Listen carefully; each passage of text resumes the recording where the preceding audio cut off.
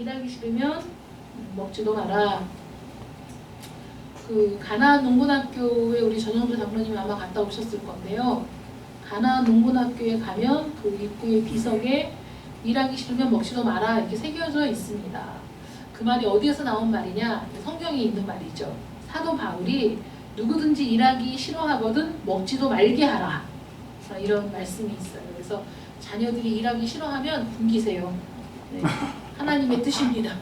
일하기 싫어하면 먹지도 말게 하라. 너 먹지 마! 일하기 싫어하는 것이 무슨 먹는 거면 먹으려고 그래? 이러고 못 먹게 해야 됩니다. 이 가르침을 이제 구호로 만들어서 세운 겁니다.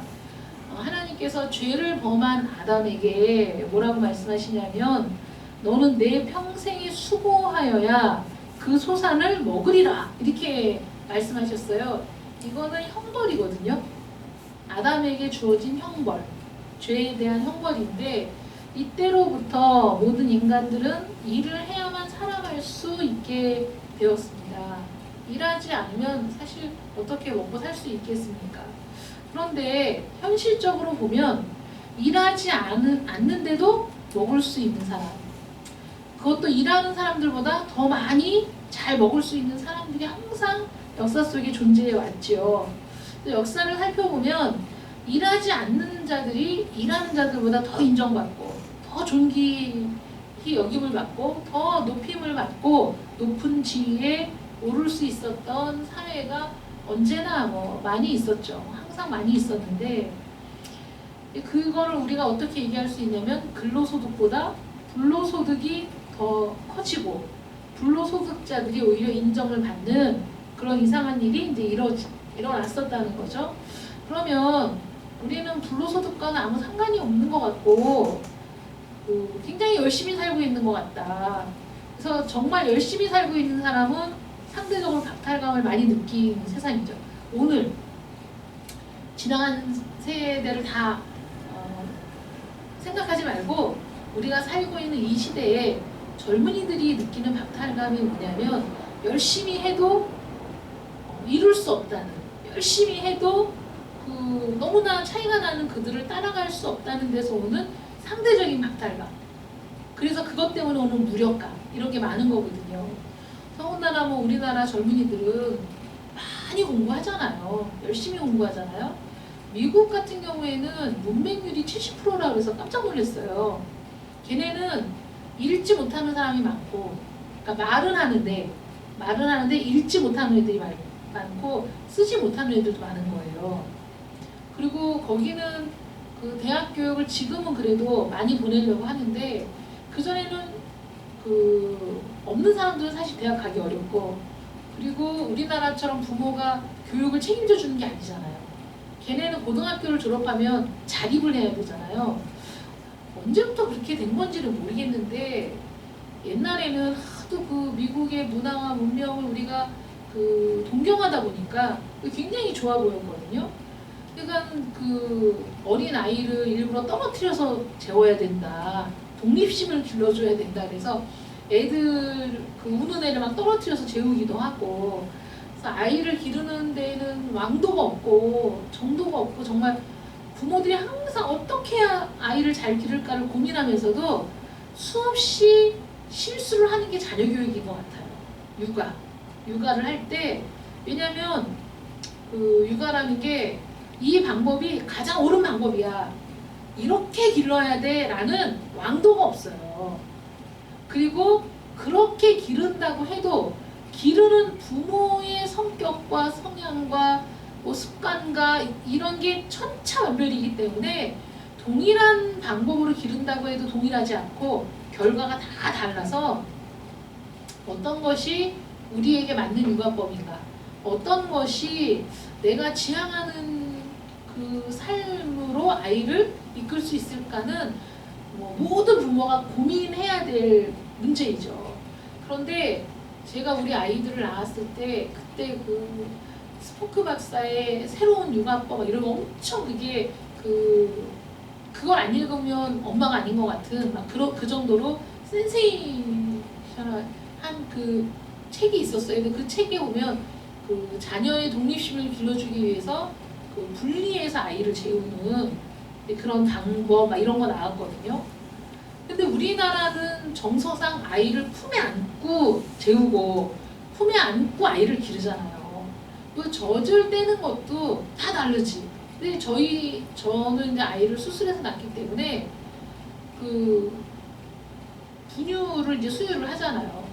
그러니까 상황이 다 다른데도 그런 것들 때문에 아이들을 굳이 일부러 분리해서 재우면서 아이들이 분리불안증이 생겨가지고 더 엄마를 안 떨어지고 막 들러붙는 아이들이 또 있는가 하면 여러 가지 부작용이 있었던 거예요. 근데 미국 같은 경우에는 아이를 다 따로 재우잖아요. 부모하고 같이 안 자고. 근데 그렇게 따로 자란 아이들, 거기다 고등학교를 졸업하면 바로 부모 집을 나가잖아요. 아이들이 부모 집을 나가서 독립을 해. 그래서 얘네는 독립을 해서 그때부터 그 알바를 하든 뭐를 하든 세금을 그때부터 착실하게 내야 돼. 그래서 자기 신용을 자기가 만들어야 돼요. 그래야 대출을 받을 수 있어요. 그래야 대출을 받고 대출을 받은 걸로 뭐 집을 구하고 이럴 수가 있어요. 우리나라 사람들은 뭐 애들이 지방에 있는 학교를 가면 원룸 얻어주고 막 거기 필요한 뭐 그런 거 채워주고 이러는데 걔네는 그런 것도 없고, 그러니까 혼자 살아야 되는데 사는 건 너무 빡빡하고, 그리고 그 뭐 지금 아이들은 옛날에는 자기가 살고 있는 그 테두리 안에서밖에 몰랐지만 지금은 인터넷이라는 게 있고 이러니까 비교가 되고, 뭐 아무것도 안 하지만 금수저 물고 태어나서 잘 사는 애들이 있고, 정말 나는 너무 힘들게 애쓰고 있는데 전혀 그렇게 하지 않아도 워낙에 갖고 있는 게 있어서 고민 없이 사는 애들이 있고, 이러면서 막 상대적으로 박탈감을 느끼고 막 어떻게든지 살아보려고 하는데 그 간신히 신용 맞춰가지고 대출 받아서 방 한 칸이라도 얻으면 그 방에 대한 그 갚아나가는 거에 허덕허덕 해야 되고, 아니면 뭐 얘네는 거의 월세가 많으니까 그 뼈 빠지게 일해서 월세를 내고 나면 생활하기가 빠듯하고 뭐 이런 그 삶을 살면서 아이들이 이제 절망에 빠진다 이런 거죠. 근데 그렇게 보면 근로소득이라는 게 우리에게 기쁨이 되고 내가 열심히 일한 만큼 손에 쥐어지고 열심히 일해서 내가 원하는 어떤 삶을 살아나갈 수 있고 이러면 참 행복한 건데 그게 되지 않는 세상이라는 거예요. 그러니까 많은 사람들이 불로소득을 꿈꾸는 거지. 뭐 속된 말로 하나님 위에 건물주라네.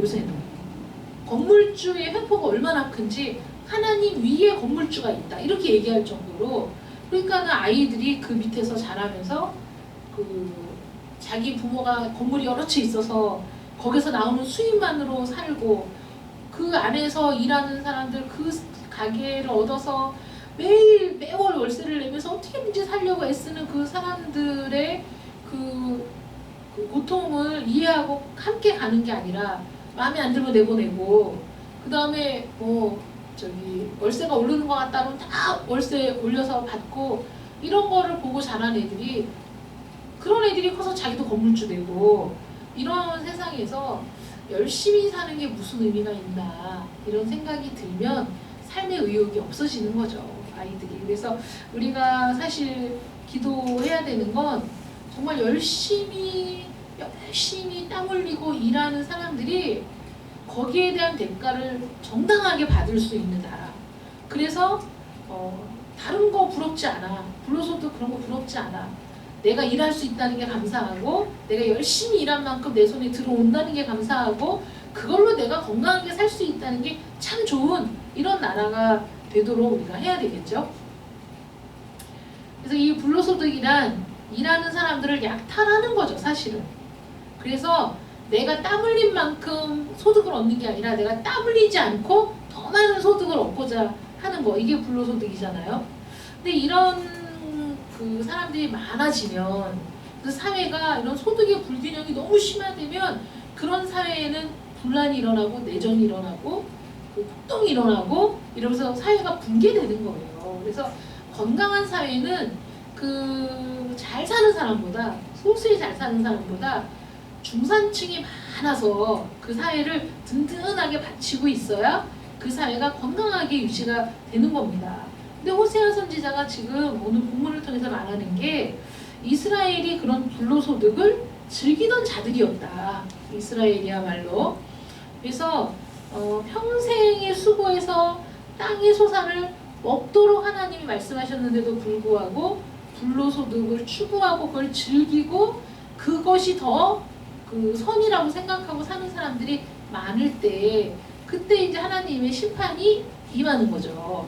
그래서 총선이 다가오잖아요. 총선이 다가오면서 우리는 사실 그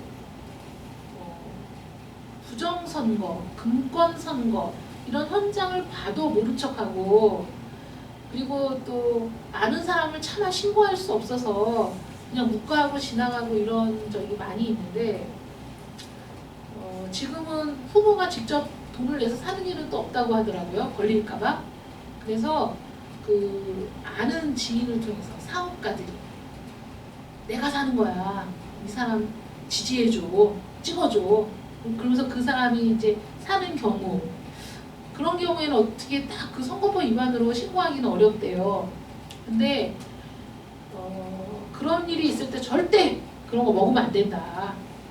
뭘 받아도 안 되고 먹어도 안 되고 일체 그런 거 없이 선거가 깨끗하게 치러져야 되는 이유가 돈을 쓴 부정하게 돈을 쓴 만큼 그거에 몇십 배, 몇백 배로 그 쓴 거를 채우려고 한다는 거죠. 그러면 우리는 어떻게 해야 되냐면 그런 일이 있을 때 거절해야 되고 그리고 그런 선거를 하지 말라고 해야 되잖아요. 근데 너무나 많은 사람들이 받는 걸 좋아하고 가서 공짜로 밥 먹는 거 좋아하고 뭐라도 주면 좋아하고 안 받으면 손해인 것 같고 그거 받아오면 내가 이득인 것 같은 얄팍한 마음이 그 살랑살랑 그냥 마음이 움직여가지고 그렇게 가서 먹고 받아오고 하는 사람들이 있습니다. 그런데 이거를 지금 다른 사람 다 갔는데 나만 안 받으면 손해지. 다른 사람은 다 가서 먹고 있는데 나는 안 먹으면 손해지. 라는 게 바로 부패한 마음이라는 거예요. 어쨌든 나만 받으면 되잖아. 어쨌든 나는 먹으면 되지. 이렇게 생각하는 게 부패한 마음이라는 게 만약에 그 사람이 나에게 10,000원을 썼는데 내가 나중에 누릴 수 있는 10만원, 100만원을 이 사람이 다 싹 가져간다고 생각하면 나뿐만 아니라 이 지역, 나와 함께 살아야 할 이 사람들의 그런 몫을 다 뺏어간다고 생각한다면 절대 받으면 안 되는 거잖아요. 이런 거 뿌리지 말고 이렇게 밥 사주지 말고 이런 거 수건 돌리지 말고 떡 돌리지 말고 그 열정을 가지고 구민을 위해 이 지역 주민을 위해 혼신을 다해 일해서 이 사람들이 누릴 수 있는 걸 누릴 수 있게 해주고 이 사람들이 더 잘 살 수 있는 길을 모색해라 이렇게 우리가 요구를 해야지 가서 수건 하나 밥 한 끼 먹는 것으로 내가 좀 이득을 봤다 이렇게 생각하면 안 되는 거죠. 그런 사람들이 많이 있는 한 그런 걸로 앞에서 그 미끼 하나 던져주고 뒤에선 더 많은 걸 차지하는 그 시커먼 욕심의 사람들을 막을 길이 없습니다. 우리가 투표를 한다는 건 굉장히 중요한 권한 행사잖아요. 그 투표를 어떻게 하느냐에 따라서 몇 년 동안의 삶이 달라지고 우리 자녀들의 미래가 달라질 수도 있는 겁니다.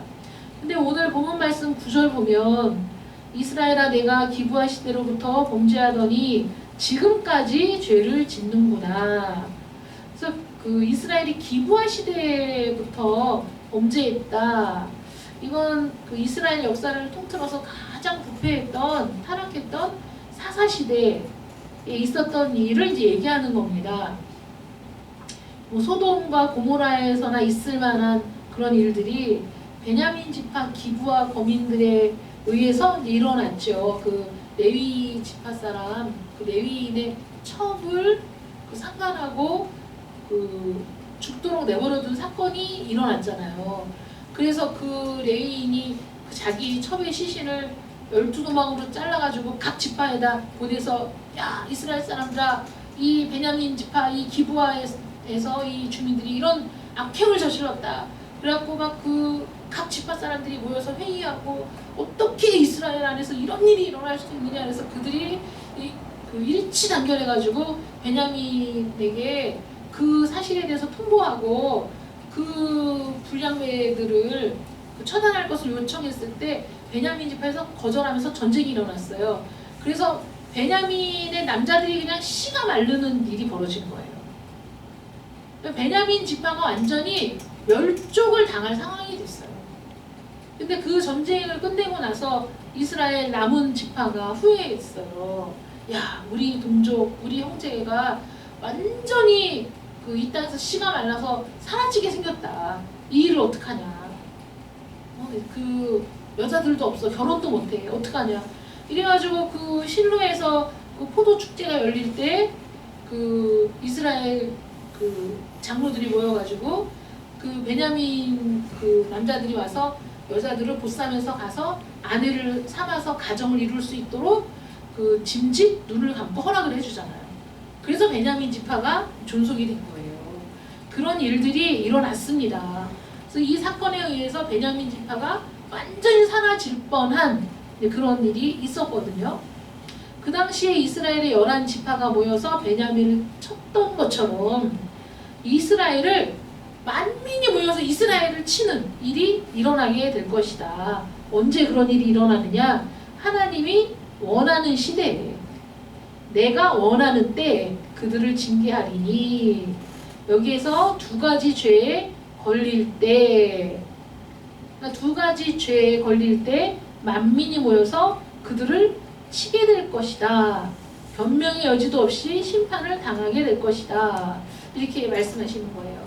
11절 말씀 보면 에브라임은 마치 길들인 암소 같아서 곡식 밟기를 좋아하나 내가 그의 아름다운 목에 멍에를 메우고 에브라임 위에 사람을 태우리니 유다가 밭을 갈고 야곱이 흙덩이를 깨뜨리리라.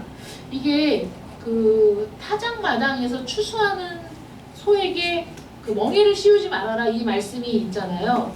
그러니까 일을 하는 소는 그냥 먹을 수 있게 해줘라. 그 곡식을 밟고 있는데 입을 가려놓고 애가 얼마나 그 스트레스 받겠니? 그러니까 일하는 소에게는 그 당연히 먹을 걸 줘야 된다 이런 얘기인데 그 곡식을 밟아서 타작을 하는 이 일이 소에게 있어서 아주 고된 일은 아니었다는 거예요.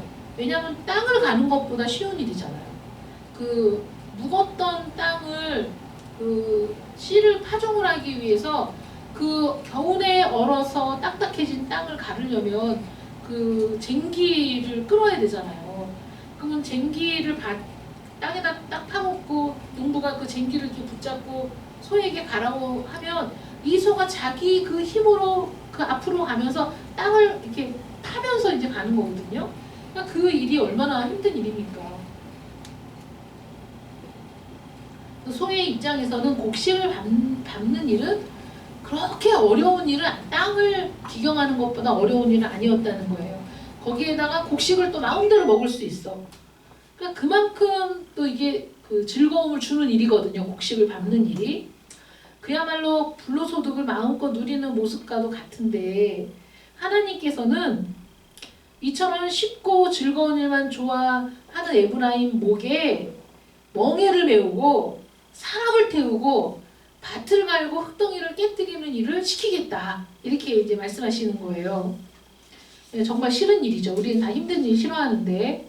그러면서 12절에 보면 너희가 자기를 위하여 공의를 심고 인애를 거두라.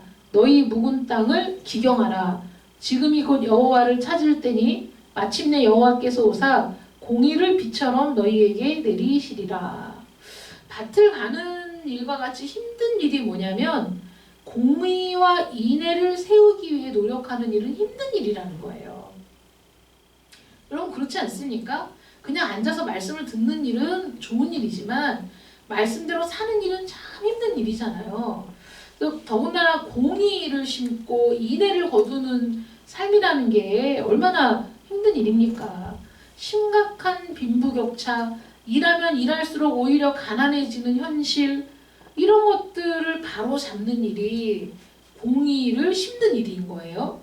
공평하게 땅의 소산을 나누게 하는 것, 이게 그 공의를 심는 일이죠. 뭐 사회주의 그러면 우리나라에서는 막 사회주의 이퀄 공산주의, 공산주의 이퀄 빨갱이 막 이러면서 그 색깔론으로 바로 넘어가는데 원래 땅은 사람이 만들지 않았잖아요. 사람이 만들지 않았어요. 사람이 시간을 투자한 것도 아니고 사람이 뭔가를 해서 땅을 만들지 않았어요. 땅은 하나님이 주신 거예요. 하늘을 주셨듯이 땅을 주셨고 물을 주셨고 바다를 주셨어요. 하나님이 주신 거예요. 하나님이 조성해 주셔서 땅의 주인은 누굽니까? 하나님이시죠. 그 유대인들의 율법에 녹아있는 땅에 대한 사상은 그 땅은 하나님의 것이라는 거예요. 그렇기 때문에 희년이 되면 돌려주고 그리고 기업으로 주신 땅을 그 기업 안에서 나누고 분배하고 살아갈 수 있도록 그래서 누군가가 독점하는 게 아닌 거예요. 땅은. 근데 자기가 만든 땅도 아닌데 자기가 갖고 있어. 자기 땅이래. 산도 자기 산이래. 여러분 저 산을 자기가 만들었나? 어떻게 산이 자기 거야. 우리는 그래서 땅의 소산을 공평하게 나눈다라는 게 그 땅에서 농사를 짓도록 허락해 주신 게 우리는 감사한 거지 땅 자체를 우리가 만들어서 농사를 짓는 게 아니거든요. 그래서 하나님은 그 땅에서 추수할 때 추수할 때 너희는 가장자리까지 다 추수하지 말고 그 귀퉁이는 그냥 냅둬. 기계로 만약에 추수를 할 때요. 기계가 다닐 수 있는 길이 한정되잖아요. 그러면 그 귀퉁이나 이런 끝까지는 못해. 그러면 이제 그 다음에 사람이 가서 그 소가 쭉 그 기구를 이용해서 추수하고 나면 그 다음에 사람이 가서 또 떨어진 이삭을 다 줍고 그 귀퉁이에 제대로 안 된 데를 손으로 다 비고 얄짤없이 깨끗하게 추수하지 말라는 거예요. 하나님이. 냅두라는 거예요. 떨어진 이삭도 줍지 말고 그 가장자리 그 남아있는 것도 냅둬. 과부와 고아들의 먹을 것을 위해서 그냥 냅두라는 거예요. 누구든지 그 밭에 추수가 끝난 밭에 들어가서 이삭을 줍고 귀퉁이에 배지 않은 그 이삭들을 비워서 그 식량으로 쓸 수 있도록 하라는 거예요. 하나님은 부탁이 아니라 명령이에요. 왜 그렇게 명령하실 수 있냐면 그 땅은 내 거야. 니네가 만들지 않았잖아. 그러니까 그 하나님이 만드신 땅을 너희가 사용하도록 해 주었으니 그 땅에서 나오는 소산이 다 네 거라고 생각하지 말고 그거 하다가 떨어진 거 줍지도 말고 밭 귀퉁이까지 다 싹 베어버리지 말고 그리고 그거로 좋게 해라 이거예요. 그만큼 있으니까. 나머지는 밭이 없는 사람, 일굴 땅이 없는 사람, 너무 극빈 자들을 위해서 냅두라는 거죠. 이게 모두가 내 것이라는 생각으로 내 배만 채우고 내 재산을 증식하는 일을 몰두하는 사람들이 많아질수록 그 사회는 참 살기 힘든 사회가 되는 거고 기꺼이 나의 것을 나누려고 하는 사람들이 많을 때 그 사회는 살기 좋은 사회가 되는 겁니다. 그러니까 나만 잘 살면 안 되잖아요. 함께 잘 살아야 되잖아요. 내 아이만 잘 크면 안 되고 모든 아이가 함께 잘 커야 되는 거예요. 여러분 이게 우리가 너무 이기적이어서 수많은 아이들 중에 내 아이만 잘 됐으면 좋겠다 이렇게 생각하잖아요. 그런데 그 내 아이가 위험에 처했을 때 도와줄 수 있는 친구가 있는 사회가 안전한 사회지 전부 자기만을 생각해서 그 위험에 빠진 사람을 모른 척하는 사회는 안전한 사회가 아닌 거예요. 그렇잖아요. 그러니까 내 아이만 잘 살아야 됩니까? 아닙니다. 내 아이와 함께 자란 아이들이 다 건강하게 잘 자라야 되고 그 아이들이 다 잘 돼야 되는 거예요. 그런 사회가 돼야 돼요. 그래야 내 아이들이 안전하게 살 수 있어요. 이 땅에서. 이게 공의로운 세상이고요. 인애라는 건 너무너무 가난해서 삶의 기반을 다 잃어버린 그런 한계 상황에 온 사람들을 불쌍하게 여기고 그들에게 조건 없이 베푸는 것이 인애라는 거예요. 근데 우리는 하나님으로부터 사실 인애하신 구세주요. 내 마음 붙드사. 인내하시는 주님이시기 때문에 우리를 사랑하시거든요. 긍휼이 많으신 하나님이시기 때문에 우리를 용납하시고 끊임없이 초청하시는 거고요. 또 그 공의의 하나님이시기 때문에 하나님의 방법을 통해서 있는 자들의 재산을 흩으시고 가진 자들의 것을 무너뜨려서 한 번씩 사회에 변혁이 일어나고 또 너무 타락한 그 나라들을 하나님이 무너뜨리시면서 다시 땅을 흩으시고 다시 재산을 흩으셔서 다시 분배하시는 일들이 역사적으로 계속 있어 왔죠. 그래서 부패한 나라가 영구히 존속되는 일은 없었어요. 다 망하는 거예요. 다 망해. 막 올라가다가 그 최고의 정점을 찍으면서 사람들이 부패하기 시작해가지고 빈부의 격차는 심해지고 가진 자들은 더 많이 갖고 힘든 사람은 너무 힘들어서 죽는 사회가 되면 하나님이 그 사회를 무너뜨리시고 그 세력을 무너뜨리셔서 새로운 세력을 세우시는 일들을 하시는 거죠. 그래서 지금 호세아를 통해 하나님이 이스라엘 사람들을 책망하시는 게 그들의 공의와 인애, 마땅히 공의를 실현하고 인애를 베풀고 살아야 할 그들이 묵은 땅처럼 딱딱하게 굳어진 거예요. 자기네들만 알고 자기 배만 알고 자기 입만 아는 거예요. 그래서 그거를 열심히 갈지 않으면 아무것도 파종할 수 없는 땅인 거예요. 버려진 땅. 그런 땅과 같아서 여기 12절 하반절에 보면 너희 묵은 땅을 기경하라. 너희의 이 묵은 사회에 너희들의 이 그 탐욕으로 굳어진 그 마음들을 힘써 갈아엎어야 돼. 그래야 말씀이 떨어져 파종이 되고 그 열매를 맺을 수 있는 거거든요. 그런데 이렇게 그 공의와 인애, 공의를 심고 인애를 거두어야 할 그들의 마음은 그거는 묵혀두고 그거는 딱딱하게 굳은 채로 내버려두고 악을 밭갈아서 죄를 거두고 거짓 열매를 먹는다. 이 이스라엘의 죄죠. 하나는 불로소득을 취하고 그 자기가 하고 싶은 일만 하면서 불로소득을 취하는 사람들. 그래서 공의를 심고 인애를 거두는 일은 아예 신경도 안 썼던 이스라엘의 죄고요. 또 하나는 그와 반대로 악을 밭갈아서 죄를 거두고 거짓 열매를 먹는 이스라엘의 모습. 정말 정반대되는 삶이잖아요. 하나님이 원하시는 삶과 정반대되는 삶. 그래서 이런 일을 하는 이유가 뭐냐? 내 길과 내 용사의 말음을 의뢰하였습니다. 이게 무슨 뜻이냐면요. 이스라엘이 좋아했던 건 주변 나라들을 약탈하는 거예요. 땅을 넓히고 조공을 받고 이제 이런 일이 일어나거든요. 우리는 유대주의적인 관점에서 그 이스라엘이 주변 땅을 점령해서 그들에게 조공을 받고 그러면 좋은 일이야 뭐 이렇게 생각하잖아요. 그리고 침략을 받으면 슬픈 일이야 이렇게 생각하죠. 우리가 이런 그 하나님의 그 관점에서 하나님이 어떻게 세상을 보시는가를 생각하지 않으면 우리도 똑같이 이런 죄를 짓는 거예요. 그래서 대영 제국이 어떻게 생겼습니까?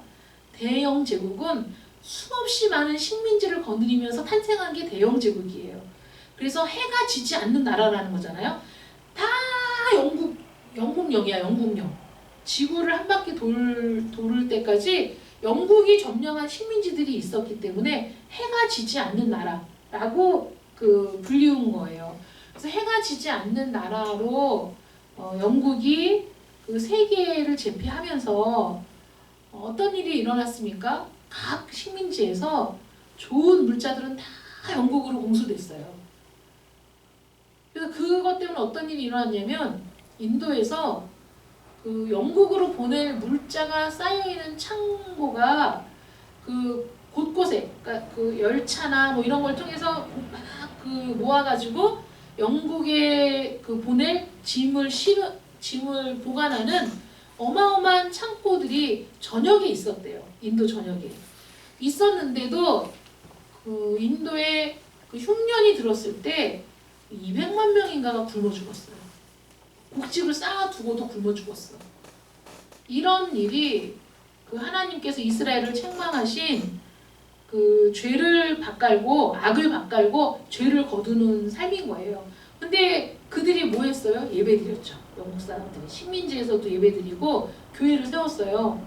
영국 사람들이 하나님을 믿으면서 그것을 하나님의 축복이라고 생각하는 거예요. 미국은 어땠습니까? 미국은 그 아프리카에 다이아몬드 많이 나는 나라가 어디죠? 다이아몬드가 엄청 많아가지고 그 길거리에도 그 다이아몬드 원석이 굴러다닐 정도였는데 영화로도 나왔는데 그거 콜라 주고 다이아몬드 갖고 오고 걔네들은 그런 걸 그 다이아몬드가 돈이라는 걸 몰랐기 때문에 콜라 캔 하나 받고 다이아몬드 갖다 주고 그런 거예요. 그러면서 그 다이아몬드가 엄청 질이 좋은 다이아몬드여서 그 사람들이 작정하고 와가지고 거기 광산을 그 만들잖아요. 파가지고 거기서 일하는 사람들 누구? 그 땅 사람들. 그 광산에서 일하다 죽고 다치고 하는 사람들은 그 나라 사람들. 그러면서 선심을 베풀듯이 그들에게 돈을 주었지만 정말 그 다이아몬드와 비교해서는 돈이라고 할 수도 없는 너무 저렴한 임금을 지불하면서 수없이 많은 사람이 그 광산에서 죽어가는데 거기에서 얻어지는 그 엄청난 수입은 누가 챙깁니까? 그 백인들. 그 땅을 식민지로 갖고 있는 사람들이 다 챙긴 거죠. 그런 일들이 너무너무 많이 일어났었죠. 좋은 것들은 다 수탈해. 제대로 값을 주고? 아니죠. 제대로 값을 주고 수탈하기 위해서 식민지를 갖지 않아요. 거기 있는 것들을 자기네 마음대로 노략질하기 위해서 식민지를 만드는 거예요. 무력으로. 그리고는 조그만 선심을 베풀어. 그리고 그걸 엄청 자랑하잖아요. 우리나라에 철도를 놓았어요. 그 일제시대 때, 일제 36년 강점기 때 철도를 놓았어. 그래서 친일파들은 야, 일본이 아니었으면 우리가 그렇게 그 철도를 놓고 발전을 할 수 있었겠어? 이렇게 얘기하죠. 그러면 일본 사람들이 우리나라 사람들을 위해서 철도를 놓아줬느냐? 아니잖아요. 우리나라의 물건을 수탈하기 위해서 그 물건들을 안전하고 빠르게 이송하기 위해서 철도를 놓은 거예요. 그럼 그 철도를 누가 놨어? 지네가 놨나? 아니잖아요. 우리나라 사람이 가서 일했지.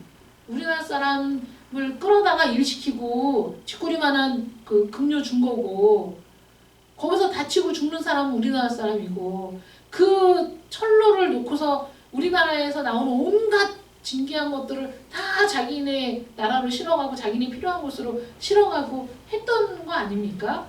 그걸로 우리나라가 근대 문명을 이루었다라고 얘기한다면 어불성설이죠. 오늘 말이 안 되는 거죠.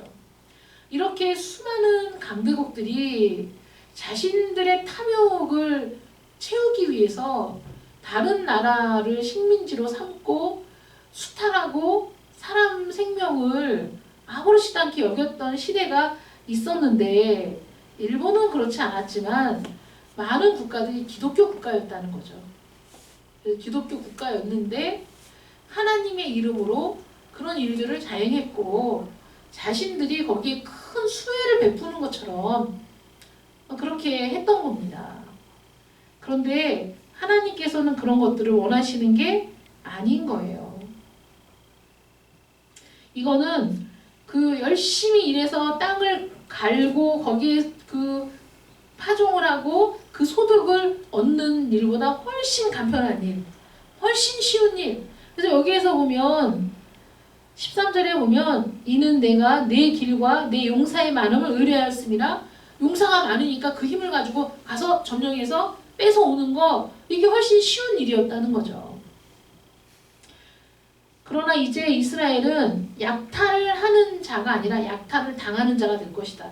여러분 입장 바꿔놓고 약탈 당하는 입장일 때 얼마나 고통스럽겠습니까? 정말 이루 말할 수 없죠. 우리나라 사람들이 변절한 이유가 일제 강점기 36년 이제 독립하겠지, 이제 회복되겠지 했는데 1년, 2년, 10년, 20년, 30년 우리나라가 독립할 길이 없겠구나. 이래서 30년 지나면서 확 많이 변절을 했대요. 36년 만에 우리가 해방을 맞았는데 어쨌든 하나님께서는 한 개인뿐만 아니라 한 민족, 한 나라의 흥망성쇠를 쥐고 계신 분이시고 그 나라가 어떻게 살아가느냐에 따라서 하나님께서 이스라엘처럼 야 내가 원하는 때에 내가 너희를 심판하겠다. 너희의 죄가 이것이다. 라고 말씀하신다면 그 심판을 피할 수 있는 나라가 없다는 거예요. 물론 젊은 시절에 열심히 일하셔서 노후에 자그마한 건물 하나 마련하셔가지고 노후에 그 건물주로서 거기서 나오는 걸로 생활을 하시는 분들까지 우리가 비판을 하면 안 되겠죠.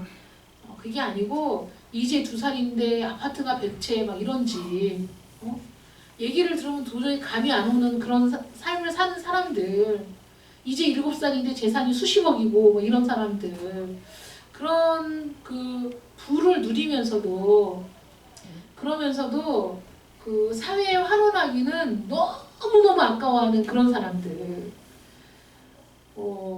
예전에는요, 대기업이 잘 살고 잘 먹고 막 이러는 뭐가 당연하지 이렇게 생각을 했었어요. 근데 아니 대기업이 일하는 사람 없이 대기업이 될 수 있습니까? 대기업에서 나오는 물건을 사주는 사람이 없이 대기업이 될 수 있습니까? 그건 아니잖아요.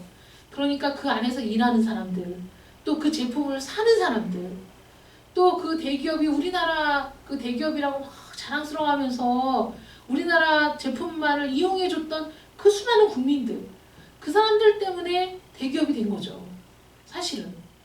그러면 그 모든 수고에 힘입어서 많은 소득을 올렸을 때 그 소득을 어떻게 하는 게 공평한 겁니까? 어떤 게 공의를 세우는 거죠?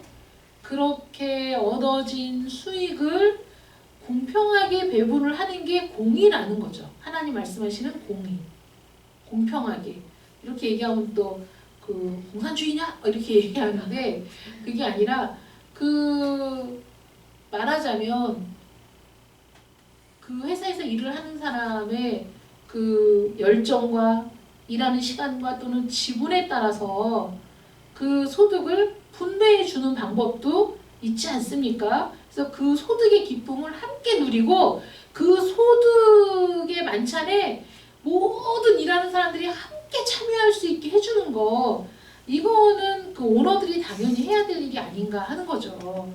그 몇십조 원의 소득을 얻어가지고 이사들이 몇 억씩 그 배당금을 받아갔다 이런 거 말고 전 직원에게 그 소득을 다 골고루 나누어줬다 이렇게 되면 얼마나 좋겠어요. 그러면은 그분들이 아주 기분 좋게 나가서 또 그 밥도 사 먹고 자녀들 뭐 저기 핸드폰도 사주고 노트북도 사주고 이러면서 또 소비가 활성화되고 이러면서 우리 사회 안에서 생산이 되고 소비가 되고 다시 그게 소득이 되는 이런 게 원활하게 이루어지면 그게 잘 사는 나라지. 어떻게 시간이 갈수록 빈부격차가 심해지고 시간이 갈수록 소득의 격차는 심해지고 그래서 그 열심히 살고 있는데도 너무 살기가 빠듯한데 뉴스에 나오는 사람이 연봉이 무슨 10억이니 막 이렇게 얘기 나오면은 뭐 지금은 화도 안 나요.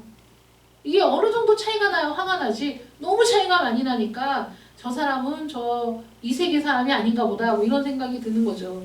딴 나라 사람이구나. 딴 세상 사람이구나. 이런 그 일들을 보면서 그 젊은이들의 장래 희망이 건물주 이런 장래 희망이 뭐니? 건물주요. 여러분 이게 낯설지 않잖아요. 그 복권이라도 사서 당첨되면 건물 하나 사가지고 그래서 그 건물에서 나오는 세 받아서 살아야지? 이건 건강한 사회가 아닌 거예요. 그러면 모든 사람들이 열심히 일하는 거에 대해 의미가 없는 거죠. 그런데 열심히 일하면서 그 일한 것 때문에 얻어지는 소득을 그 뿌듯하게 생각할 때 사람이 살 맛이 나는 거거든요. 근데 그게 없으면 살 맛이 안 나는 거예요. 그래서 정말 그렇게 돈이 많으면 행복하냐? 그건 아닐 수 있어요. 어떤 사람들은, 없는 사람들은 그렇게 얘기하죠. 그래도 뭐 없으면 불행한데 있으면서 불행한 게 더 낫지 뭐. 이렇게. 그래도 만져라도 봤으면 좋겠다. 있기라도 했으면 좋겠다. 이렇게 얘기하시는 분들도 있는데, 어쨌든 그 근로소득보다 불로소득이 훨씬 크고, 불로소득으로 부자 된 사람들을 인정해주는 사회가 된다면 우리도 머지않아 젊은이들이 다 절망하고 낙심해서 삶의 의욕을 잃어버리고 무기력해지는 사회가 될 겁니다. 그래서 자꾸 바꿔가야 돼요. 근로소득이 불로소득보다 훨씬 잘 사는 길이고, 그렇게 열심히 일할 때 열심히 일한 만큼 그 소득이 들어오고 보상이 주어져서 그것으로 살 수 있는 그런 나라, 이게 그 공정한 세상? 그러니까 공정을 꿈꾼다는 건 그런 거거든요. 그게 공정한 거예요. 그래서 젊은이들이 그런 가치관을 갖고 살아갈 수 있도록 그렇게 우리가 사회적인 분위기를 만들어 가야 된다는 거죠. 그래서 열심히 일하는 애들 보면 막 칭찬해주고 잘 사는 거라고 해주고, 가난해도 그렇게 사는 게 사는 거야. 힘들어도 그렇게 사는 게 그게 사는 거야. 잘 살고 있는 거야. 너 참 멋있다. 이렇게 끊임없이 격려해 주면서 그 불로소득으로 잘 먹고 잘 사는 사람이 있어도 그것을 바라보는 게 아니라 건강하게 열심히 일해서 먹고 사는 일들을 생각하는 사람들이 많아질 때, 그때 그 사회가 건강한 사회다. 그렇지 않습니까, 여러분? 그런 사회가 건강한 사회죠. 아멘. 그 한탕을 꿈꾸는 사람들이 열심히 일을 안 하잖아요. 왜냐하면 열심히 일해서 한 달에 200만 원, 300만 원, 그게 뭐야? 그거 갖고 어떻게 살아? 그래서 한탕, 이것만 제대로 뜨면, 이것만 제대로 맞으면, 그러면 평생 놀고 먹을 수 있다? 이게 불로소득을 꿈꾸는 사람의 허망한 인생이거든요. 그래서 열심히 일해서 매월 200만 원, 300만 원 받는 걸 우습게 여기는 사람, 평생 그러고 살아요. 평생 아무것도 못하고 사는 거야. 평생 아무것도 못하고 비참하게 살아. 그 생각만 하면서.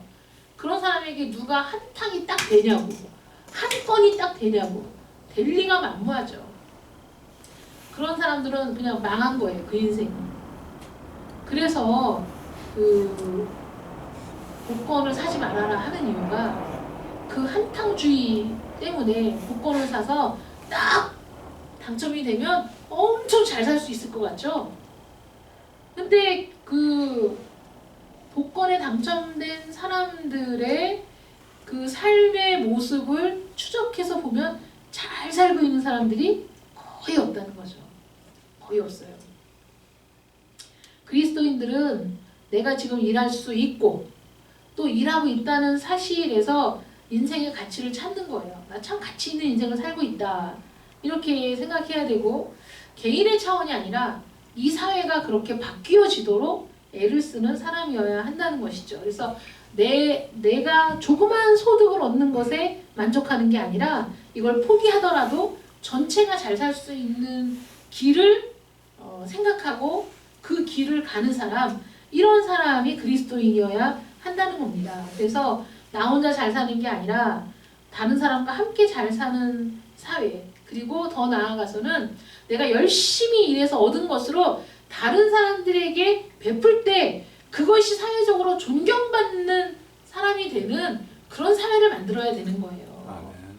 그런 일들은 조그맣게 나오고 한 줄 나오고 또 한 번 나왔지만 잊혀지고, 지난번에 그 얼굴 없는 천사인가 누군가, 그분 진짜 대단하시더라고요. 연말 되면 그 동사무소에 어디다 돈 뒀으니까 가져가라. 그 돈도 꽤 큰 돈인데 5천만 원도 하고, 그분은 1년 내내 버는 거를 거의 그 일에 쓰시나 봐요. 근데 작년 같은 경우에는 두 사람이 그거 도둑질해서 가가지고 걸렸잖아요. 근데 그런 너무 아름다운 그 미담은 사람들이 야 대단하다 그러면서 다 마음속으로 찔리나 봐. 그래서 그런 거는 후속 기사도 안 나오고, 그런 것들은 막 사람들이 막 댓글 달리면서 막 댓글 800개, 1000개 달리지도 않고 대단하다, 참 훌륭하십니다 이러고 마는 거지. 그런 사람은 그래서 1년에 한 번씩만 신문에 나오는 사람. 네.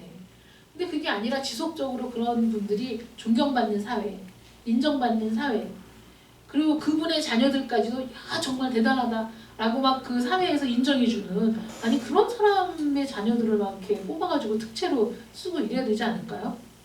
그렇게 사회적으로 그렇게 아낌없이 헌신하는 사람들의 자녀들을 특채 조건으로 넣는 거지. 이 사람이 어디에 이렇게 헌신을 하고 어디에 이렇게 쾌척하고 자기가 열심히 일한 거를, 그래서 그 불우한 사람들을 돕고 그런 사람들의 자녀들은 특채의 조건이 된다. 그래서 딱 특채하고 이러면 아마 돈 있는 사람들이 많이 하지 않을까요? 그렇게? 아니지. 그런 사람들은 또 일할 때가 또 다 정해져 있겠지 뭐. 좋은 자리에. 그래서 어쨌든 그런 사람들이 없을 수는 없지만 우리 그리스도인들이 전부 그런 마음을 가지고 이 사회에 내가 있는 곳에서부터 공의를 심고 인애를 거두는 삶을 살기 위해서 최선을 다할 때, 그때 우리 이 사회가, 이 나라와 이 민족이 하나님의 그 긍휼과 공의를 비같이 내리시는 그런 그 나라가 될 줄 믿습니다. 여러분, 우리가 그렇게 적지만 힘을 내자고요. 부패에 동참하지 말고, 안일함에 안주하지 말고, 한 끼 밥그릇에 양심을 팔지 말고, 찔러주는 돈에 양심을 팔지 말고, 우리가 건강하게 일하고 내가 열심히 일한 것들을 또 기꺼이 나누고, 그러면서 우리의 자녀들이 더욱 건강하고 더 공의와 인애가 흐르는 세상에서 살아갈 수 있도록 우리가 한번 최선을 다해 봅시다. 그래서 우리 아이들도 열심히 일하면 반드시 대가가 있고 보상이 있다라는 것을 믿고 살아가는 사회, 그래서 지금은 힘들지만 미래를 꿈꿀 수 있는 그런 사회가 우리 그리스도인들로부터 시작될 수밖에 없는 거죠. 누가 이런 걸 가르치겠어요? 사회에서 하나님만 이렇게 말씀하시는 거죠.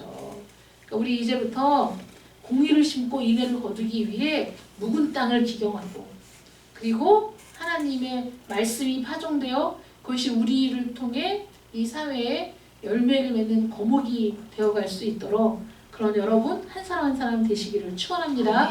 기도하겠습니다. 사랑의 하나님, 감사합니다. 이스라엘은 하나님께서 보시기에 지금 당장 심판하셔도 전혀 부족함이 없을 정도로 죄악으로 가득 찼고, 그 사람들의 마음들도 마비되었고, 불로소득을 당연한 것으로 여기거나 또한 그 불로소득을 누리며 사는 것이 좋아 보여서 그것들을 꿈꾸는 그런 사람들이 많은 세상, 참으로 부패하고 타락한 그런 이스라엘이었습니다. 하나님의 그 경고의 말씀, 심판의 말씀이 오늘날 우리가 살아가는 이 사회에도 여전히 동일하게 적용이 됩니다. 이 나라는 어떻습니까? 이 민족은 어떻습니까?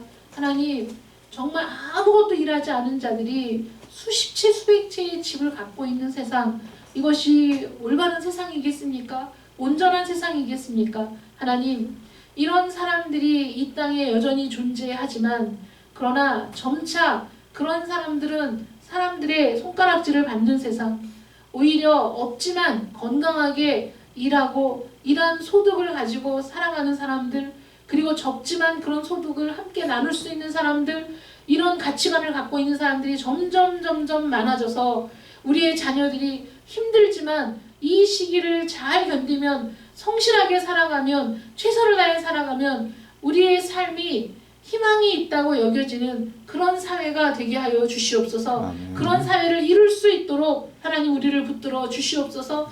그런 건강한 거목을 이루어가는 하나님의 가치관으로 살아가는 저희들이 되게 하여 주시옵소서. 예수님의 이름으로 기도드립니다. 아멘.